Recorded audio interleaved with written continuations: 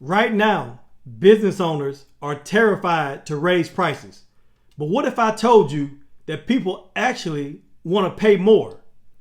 If you understand how pricing psychology actually works. In today's economy, the biggest risk is not charging too much. It's charging too little. Because cheap brands don't survive inflation. Valuable brands do. During the 2008 recession, Starbucks raised their prices while everybody else was cutting back. I know that sounds crazy, right? But they understood one simple truth. People don't just buy coffee. They buy how it makes them feel. And so Starbucks tapped into that emotion. They tapped into what I'm going to talk about today. And so in this video, I'm talking about how to raise your prices without losing customers. So I'm going to give you 3 pricing psychology secrets that every entrepreneur must know. The first psychology secret is the perceived value rule. What does that mean? Well, here's the thing. Perception means everything when it comes to pricing, right? Because people don't pay for what something is. They pay for what something means, what it means to them, how they value it, how they see it. They pay for the perception of that.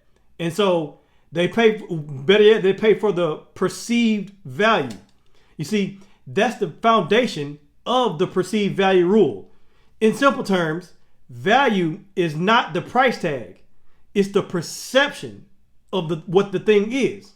And so it's not about how much something costs, but it's more about what the customer believes it's worth. And so it's cost versus worth.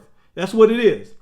And when buyers can see, feel, and imagine the benefits of the thing, the item, they'll justify almost any price.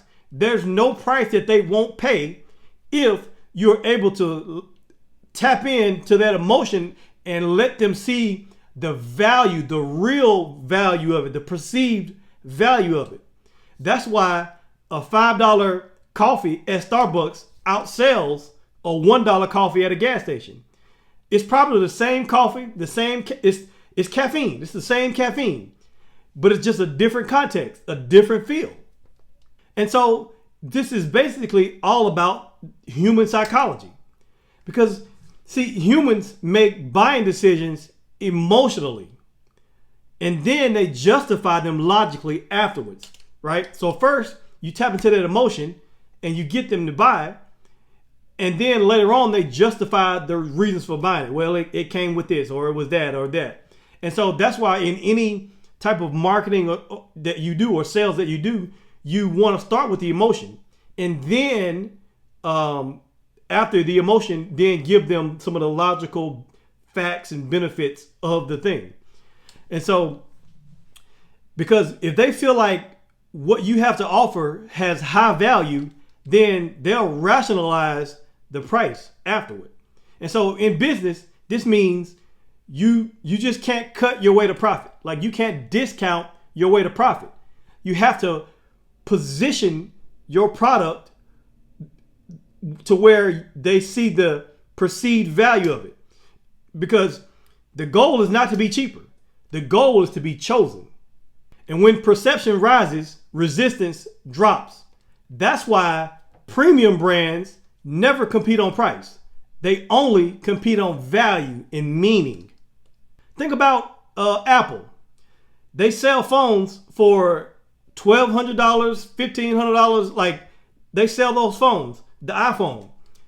And that you probably can get another phone, not Apple, but another phone from a different company for half the price.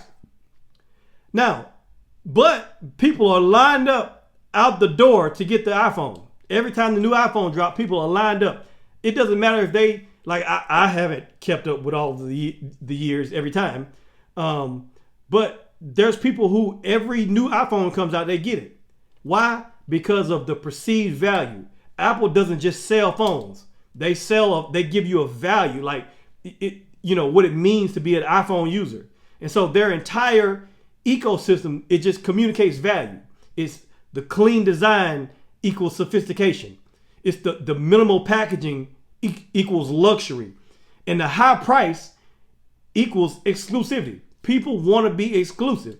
And so people will pay a higher price just so they can say that they're exclusive. They're a part of an exclusive brand, an exclusive club. And the way Apple does it, their presentation tells you what to believe even before the product, even before you even see the product. Like the presentation of it, the box, the unboxing, all of that, it plays into the perceived value of the phone. And that's the lesson. Perception is built before the price is revealed. Just imagine two different business coaches, right? You got Coach A charges $200 an hour, right? And then you got Coach B charges $2,000 an hour. Same coaching, same background, same certifications. What's the difference? Well, the difference is the presentation, the positioning, and the perception. The higher price Coach B with the $2,000 an hour has a clear brand message, right? They have a clear brand message. I help entrepreneurs do XYZ. Clear. They use professional visuals. They have testimonials. They have authority. They have credibility. They talk about the outcomes. They don't talk about just like the $200 an hour. Just talk about, you get 4 sessions a month, right? But the higher price coach says, I'll talk about the outcomes. This is what will happen. This will be your result. I'll help you double your profit. I'll help you double your revenue, right? And so they talk more. It's more about the outcomes. It's more about the transformation, the payoff that you're going to get. Because here's the thing. The clients, they don't buy hours. They don't buy hours of your time. They don't care about getting hours of your time. They care about the results. And so what they're buying is the certainty of the results. And certainty commands higher prices. And so how does this play out practically? Well, so how do you perceive value? Well, the first thing you do is you upgrade your presentation. Upgrade your presentation. Upgrade things like your website, your thumbnails, your visuals. Like you should, if you're going to charge a higher price point, you should look like a higher price point. Because people judge your price before they ever even ask for it. Like even before you even show them the price, they already kind of get a picture of what you're going to charge by just looking at some of your collateral, looking at your website, looking at the way you operate, right? The second thing is you want to communicate, again, you want to communicate transformation, not transaction. Don't sell them what they get. Like, don't sell them the thing itself. Like, don't sell them a coaching session. Don't sell them a product. Don't sell them that. Sell them what they're going to gain. Sell them clarity. Sell them freedom, growth, profit. Sell them the payoff of what they're going to get, right? Don't sell the benefits and the features, right? The third thing is use social proof and storytelling, right? Share the social proof from raving fans, testimonials. Share that stuff and let the testimonials create the perceived certainty that they're going to get. The fourth thing you can do here is also anchor high before you reveal the price. Now, what does that mean, anchor high? It means have a higher price that you anchor off of that price. And you may or may not, like people may not get that one, but you have it anyway, like some high price item that you have, some high price offer. And some people will buy it, but most won't. But you anchor that you have that high price thing, and that's your anchor. Because when they see that, then the other thing they get, it creates more value, right? And so you lead with value. For example, here's how you anchor. You could say clients using this strategy, whatever the strategy is, clients using this strategy typically add $10K a month to their bottom line. You say that first. They add $10K a month. That's the value, right? That's what they're going to get. Then you reveal the price. It's a $2K offer. And so for $10K, the offer is to get 10K to your bottom line. The offer you pay is 2K. And so when you put it like that, it feels like a steal. But if you say the 2K first, like you got to pay 2K first to get, like it doesn't sound the same, even though it's the same thing, right? And so you tell them what they're going to get first, and then you reveal the price.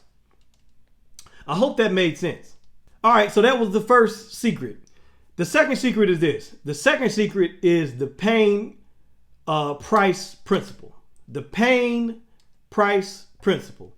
Here's the raw truth. People don't value what they don't pay for. They just don't. People love to get free stuff, but they don't value it. They don't value the free stuff. And when the price is so low, so is the commitment. Or if the price is non-existent, the commitment will be non-existent. But when the price is high, the perceived pain of not getting the result increases. And that is what drives action. And so let me break that down a little bit more. This principle explains why the higher the price, the higher the performance.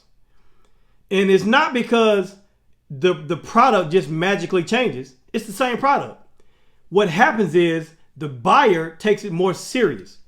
So the product doesn't change, the buyer changes, the customer changes. They change their mindset. They change what they believe that this product will do for them. And when they do that, they'll take it more seriously and they'll get the full value out of the product. And so here's the psychology behind it. Humans are wired to avoid pain and seek reward. That's how we're wired. We want to avoid pain at all costs, and we want to seek reward, seek good things. And so when we invest money, we're really investing emotion. That's what we're not investing money, we're investing emotion. That's why people treat free ebooks like trash, basically. But a $5,000 coaching program, they treat that like it's pure gold, because in their minds it is. It's called the sunk cost effect. The more someone invests, the more that they'll show up to justify the investment. And so that's why you got to charge them, because when you charge them, they will give it their all. And the pain of spending money turns into motivation to follow through with whatever you're asking them to do. A perfect example of this is gym memberships. This is a perfect example. Let's say you have a cheap $10 a month gym membership. $10 a month. Now, they will pay that forever, but never go to the gym. They may go once a month, if that. But a $200 a month membership, like a $200 a month training studio or a boutique fitness studio, $200 a month, those clients, they're gonna show up. They're gonna show up early, they're gonna take notes, and they're gonna eat salads on the weekends because they're fully committed, because they're paying $200 a month. Why does this work? Because the higher the price, it created this psychological pressure to perform. And so basically they've paid for accountability, and accountability demands effort. And so this is the paying price principle. And so how do you apply it? Well, when you underprice your offer, you're not doing your clients a favor. You're not doing them a favor at all. You're actually doing them a great disservice when you undercharge, when you charge too low. Because what you're doing is you're removing the emotional buy-in that's needed to take it seriously. And so by charging more, you're able to filter out the dabblers, the tire kickers who are just there to waste time. You filter all those people out, and you attract serious buyers who are ready for a transformation. And when you do that, nothing but good things will happen. You're going to create higher satisfaction rates and stronger testimonials, because the right clients, they don't want something cheap. They want change. They want to change. They want the transformation. And so how do you use this in your business? Well, first thing is you frame in your messaging, in your marketing, or in your sales, you frame the investment as a commitment, not a cost. You let them know this is an investment. This is not a cost, right? You tell them, you say, this is not a purchase that you're making. This is a promise that you're making to yourself. That's how you got to frame it. You have to show them the cost of inaction, right? A lot of times we tell them the cost, how much it costs to do it, but you also got to tell them the cost if you don't do it, the cost of inaction. Like you can say, an example is you say, if you stay where you are, then you're losing $2,000 a month in profit if you don't do anything, right? And you let them know that they're going to keep experiencing the pain of staying stuck. And so that the pain of staying stuck has to outweigh the pain of spending money. And if you frame it right, it will. You can also offer tiered pricing, right? Let people offer tiers, right? Different tiers. Let them feel the contrast between the different commitment levels. And so the message you're conveying to them is the more you invest, the faster you get the transformation. And again, last but not least, sell the transformation, not your time. Transformation. So what this means is stop charging hourly. Start charging for the outcome versus charging by the hour. Charge based on the outcome. And when you do that, you can easily double your profits.